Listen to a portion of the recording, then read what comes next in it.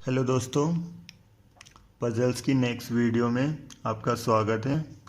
तो शुरू करते हैं। अगर आपको पजल सॉल्व करना अच्छा लगता है तो वीडियो को लास्ट तक देखना, इसमें आपको काफ़ी कुछ सीखने को मिलने वाला है। देखिए, अगर कोई पूछता है कि ऐसा क्या है जो कि केवल तुम्हारा है और उसे यूज़ दूसरा बंदा करता है हमेशा या ज़्यादातर टाइम, मतलब जो केवल आपका है और उसे बट अदर पीपल यूज़, ठीक है ना, बट दूसरे लोग उसका यूज़ करते हैं, ठीक। तो आखिर ऐसा क्या हो सकता है आपके पास? तो अगर आपने सोच लिया तो आप मुझे कमेंट में लिख सकते हैं। चलिए मैं इसका आंसर बताता हूँ। तो इसका जवाब होगा आपका नाम। जो हमारा नाम होता है वो हमसे ज़्यादा हमारा दूसरा यूज़ करते हैं। जो दूसरे लोग हैं वो उसका ज़्यादा यूज़ करते हैं हमें बुलाने के लिए या किसी भी काम के लिए। हम खुद थोड़ी ना अपना नाम यूज़ करेंगे इतना। तो इसी तरह से हमारा सेकंड क्वेश्चन है, और भाई आईक्यू टेस्ट होने वाला है आपका। देखते हैं कितने बच्चों का आईक्यू ज़्यादा अच्छा है। तो यहाँ बता रखा है हमें, मदर्स नेम इज़ मिस 62। यहाँ जो मम्मी का नाम है वो 62 है, और sons name is 52, daughters name is 42। What is name of father? तो वैसे ये क्वेश्चन काफ़ी पुराना हो चुका है और ज़्यादातर लोगों को आप आंसर पता होगा। जिन्हें नहीं पता है उन्हें मैं बता देता हूँ।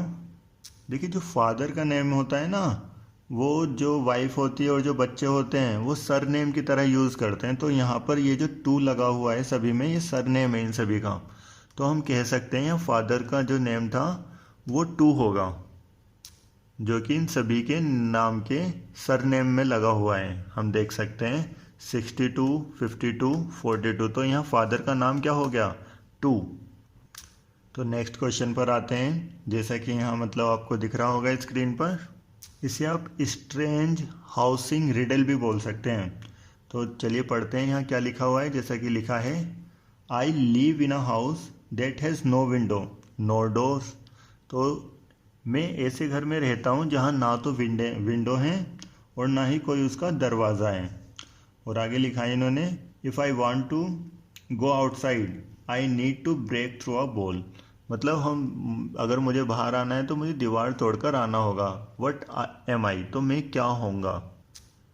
तो अगर आप लोगों को पता है तो आप वीडियो पॉज कर मुझे कमेंट में लिख सकते हैं। चलिए मैं इसका आंसर करता हूँ।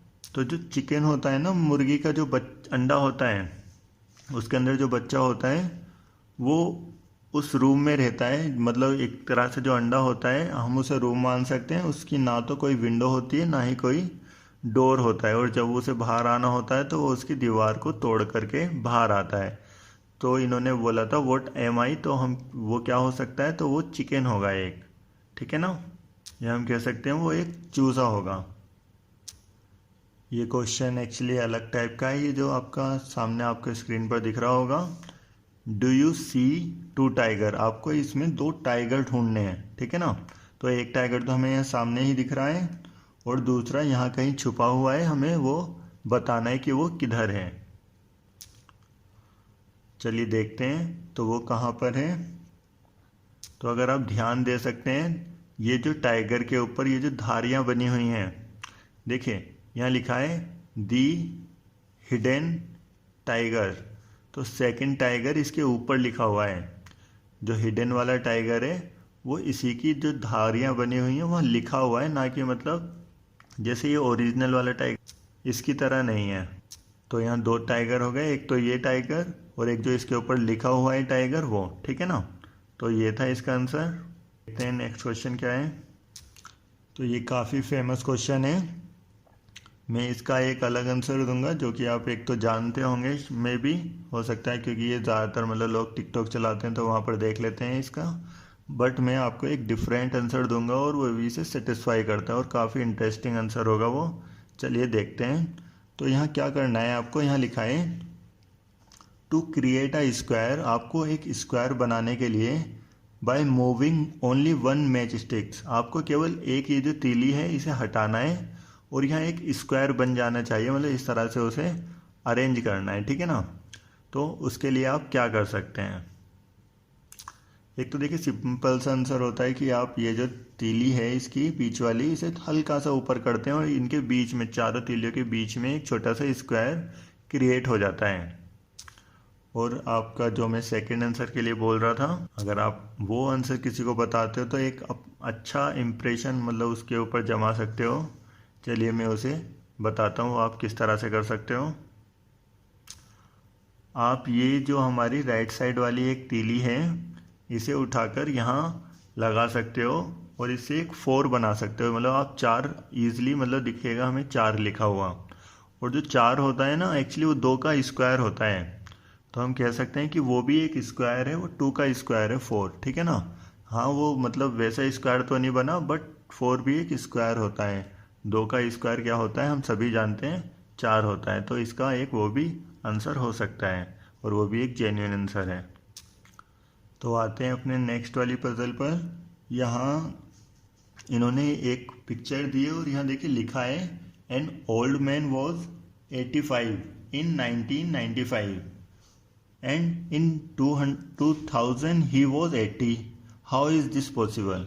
मतलब ये कह रहे हैं कि वह 85 साल का था 1995 में, और सन 2000 जैसे होता है तो वो 80 साल का हो गया था। तो ये किस तरह पॉसिबल हो सकता है, हमें ये बताना है। तो अगर आप जानते हैं एडी तो होता है आफ्टर डेथ, और एक बीसी में डेट बताई जाती है जिसे बिफोर क्राइस्ट भी बोलते हैं। तो सन 2000 साल से अगर मतलब पीछे हम जाते हैं, जैसे कि 1 या 2, तो वहाँ एक्चुअली जो डेट है वो रिवर्स में चलती है, रिवर्स में काउंटिंग होती है। तो सन 2000 का मतलब होगा यहाँ सन 2000 से 2000 साल पहले वो 80 साल का था, बिल्कुल सही है। और उसके 1995 साल पहले, मतलब कि 5 साल एक्चुअली बाद हो गया है वो, तो 85 का हो गया। तो ये बिफोर क्राइस्ट के टाइम की डेट हो सकती है, जिसके लिए इस तरह की एज सेटिस्फाई हो जाएगी। आते हैं नेक्स्ट रिडल पर। जैसा कि यहाँ दिया है मेरीज रिडल। यहाँ क्वेश्चन में बोला है हमसे कि Mary is 6 times as old as her daughter Susan. जो मेरी है यहाँ पर वो 6 गुना है अपनी बेटी सुजैन से। जितनी मतलब सुजैन की एज होगी उससे 6 गुना ज़्यादा एज यहाँ मेरी की है, ठीक है ना। और इन एग्जैक्टली 20 ईयर्स टाइम, 20 साल बाद Mary will be twice as old as Susan. जो मेरी है वो केवल डबल रह जाएगी सुजैन की। तो बताना है हमें कि मेरी अभी कितने ईयर की होंगी। तो एक्चुअली ये छोटा सा मैथ्स का क्वेश्चन हो गया है, तो इसका जवाब मैं आपके ऊपर छोड़ता हूँ। इसे आप मुझे बताइएगा कि इसका आंसर क्या होगा। आते हैं आज के सबसे दमदार क्वेश्चन पर। तो क्वेश्चन ये कुछ इस तरह से, यहाँ हमारे पास ना 3 गिलास होते हैं और 10 कॉइन है यहाँ पर, ठीक है ना। 10 कॉइन है आपके पास, 10 सिक्के हैं और 3 गिलास हैं, ठीक है ना। आपको ओड नंबर ऑफ कॉइन हर गिलास में रखने हैं। मतलब विषम संख्याएं जो होती हैं, मतलब कि या तो आप 1 रख सकते हो, या 3 या 5 या 7, ठीक है, या 9। इस तरह से आपको तीनों गिलासों में कुछ कॉइन रखने, और सभी में केवल ओड नंबर आने चाहिए। मतलब किसी में ऐसे ना हो 2, 4, 6, इस तरह के किसी में भी ना हो। तो आप किस तरह से रख पाएंगे। आपके क्वेश्चन समझ में आ गया ना। यहाँ 3 गिलास हैं आपके पास और 10 कॉइन है, और हर गिलास में केवल ओड नंबर ऑफ कॉइन रखने हैं आपको। मतलब जो 2 के पहाड़े वाले नंबर होते हैं वो नहीं आने चाहिए किसी भी गिलास में। हर गिलास में ओड नंबर, या तो 1 कॉइन रखिए, या 3 या 5 या 7 या 9, इस तरह से आपको रखने। तो आप इन्हें किस तरह से रख पाएंगे ये आपको बताना है। तो आप 5 मिनट का ब्रेक ले सकते हैं, मतलब आप वीडियो को पॉज कर सोच सकते हैं थोड़ा सा, या फिर मैं इसका आंसर चलिए करता हूँ। देखिए इस क्वेश्चन के लिए ना हमें actually out of the box सोचना पड़ता है। मतलब वो किस तरह से, तो आपको क्या करना होगा इसके लिए, आप पहले तीनों गिलासों में ओड नंबर ऑफ कॉइन रख दीजिए। मतलब आप किसी में भी जो भी आप चाहें उतने कॉइन रख सकते हैं। तो मान लीजिए आपने एक गिलास में यहाँ पर 3 कॉइन रख, या तीनों गिलासों में यहाँ 3-3 अगर आपने कॉइन रख देते हैं, तो उससे ये होगा कि तीनों गिलासों में ओड कॉइन आ जाएंगे, बट अभी भी एक कॉइन हमारा रह जाएगा जो कि 10वां कॉइन होगा। अब इसे हम किस तरह से रख सकते हैं, आप इसे किसी भी गिलास में रख दीजिए और उस गिलास में आप किसी दूसरे गिलास को उठाकर रखेंगे।